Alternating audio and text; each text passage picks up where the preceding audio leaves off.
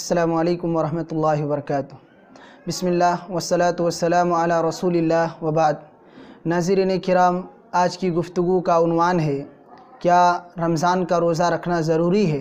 ہمارے بعض احباب اس سلسلے میں بڑی سستی اور کاہلی برتتے ہوئے وہ رمضان کے روزے کو بہت ہی معمولی سمجھتے ہیں اور کبھی رکھتے ہیں کبھی چھوڑ دیتے ہیں، جان بوجھ کر کے رمضان کے روزے کو نہیں رکھتے ہیں۔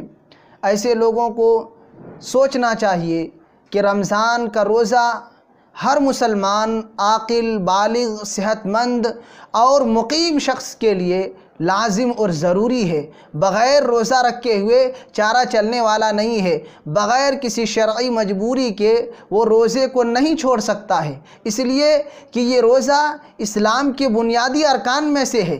اسلام کی عمارت انہی بنیادوں کے اوپر قائم ہے۔ اللہ کے نبی صلی اللہ علیہ وسلم کی حدیث ہے، بنی الاسلام علی خمس، شہادت اللہ الہ الا اللہ وان محمد رسول اللہ واقام الصلاۃ وایتاء الزکاۃ والحج وصوم رمضان، متفق علیہ۔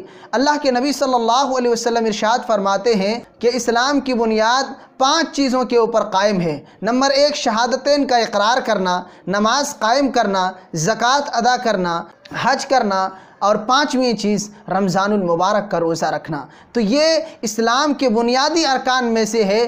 اگر ہم اپنے اسلام کو مضبوط بنانا چاہتے ہیں تو ان بنیادوں کو مضبوط بنانا ہمارے لیے ضروری ہے۔ بغیر بنیادوں کو مضبوط بنائے ہوئے مضبوط عمارت کا تصور نہیں کیا جا سکتا ہے۔ اسلام آپ کا اسی وقت مضبوط ہو سکتا ہے جب آپ کی بنیادیں مضبوط ہو، اسلام کے بنیادی اعمال مضبوط ہوں، تبھی جا کر آپ کا اسلام مضبوط ہو سکتا ہے۔ جو روزہ نہیں رکھتا ہے ان کے لیے گزارش ہے کہ میرے بھائیوں آپ روزہ رکھیں، اس لیے کہ اللہ تعالیٰ نے خود قرآن مقدس کے اندر اس کو فرض اور لازم قرار دیا ہے۔ یا ایھا الذین آمنوا کتب علیکم الصیام کما کتب علی الذین من قبلکم لعلکم تتقون، کہ مومنو تم پر رمضان کے روزے فرض کیے گئے ہیں ویسے ہی جیسے تم سے پہلے والے لوگوں پر فرض کیا گیا تھا تاکہ تم متقی اور پرہیزگار بن جاؤ۔ البتہ شروع اسلام کے اندر یہ اختیار تھا کہ ایک مسلمان روزہ اگر چاہے تو رکھ لے، اگر روزہ نہیں رکھنا چاہتا ہے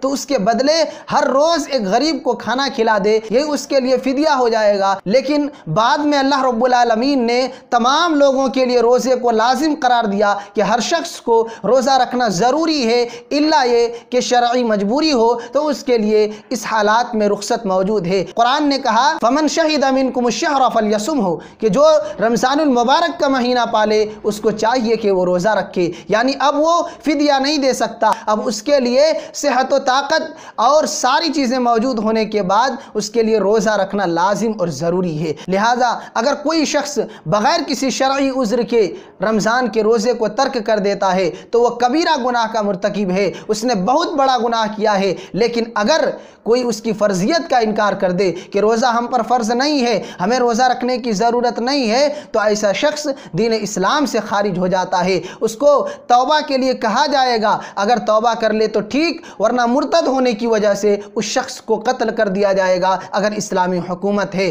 ہمارے بعض بھائیوں کو دیکھ کر بہت افسوس ہوتا ہے جو روزہ نہیں رکھتے ہیں، جب ان کو نصیحت کی جاتی ہے تو بڑی بے غیرتی کے ساتھ یہ جواب پیش کرتے ہیں کہ روزہ رکھ کر کون بڑا آدمی ہوا ہے، ہمارے گھر میں کس چیز کی کمی ہے کہ ہم روزہ رکھیں، ہم کیوں بھوکا پیاسا رہیں، روزہ وہ رکھیں جن کے گھر میں کھانے پینے کے لیے کچھ نہیں ہے۔ میرے بھائیوں آپ یاد رکھیں کہ یہ دنیا ختم ہو جانے والی ہے، آپ بھی اس دنیا سے چلے جانے والے ہیں۔ یہ شریعت اسلامیہ کے ساتھ کھلواڑ ہے، دین حق کے ساتھ مذاق ہے، اور یہ مذاق، یہ کھلواڑ کہیں آپ کی آخرت کو برباد نہ کر دے، اس لیے آپ اپنی آخرت کی فکر کیجئے۔ اگر یہی طریقہ رہا تو آپ کے ساتھ بھی بڑا سخت معاملہ ہونے والا ہے، اس لیے کہ آپ نے اسلام کے اہم ارکان کے ساتھ کھلواڑ کیا ہے، اس کو مذاق بنایا ہے۔ روزہ ایک عظیم عبادت ہے، آپ نے اس کو معمولی بھی سمجھا اور اس کو مذاق بناتے ہوئے جو لوگ اس عمل کو انجام دے رہے ہیں ان کو حقیر جانتے ہوئے آپ نے اس عمل کو معمولی قرار دیا۔ اس لیے آخرت کی فکر کیجئے، موت کے بعد اسی زندگی کی شروعات ہونے والی ہے اور وہاں انسان کے اعمال کے حساب سے اس کا فیصلہ ہونے والا ہے۔ اللہ رب العالمین سے دعا ہے کہ اللہ رب العالمین تو ہم تمام لوگوں کو رمضان المبارک کے پورے روزے رکھنے کی توفیق عطا فرما، آمین۔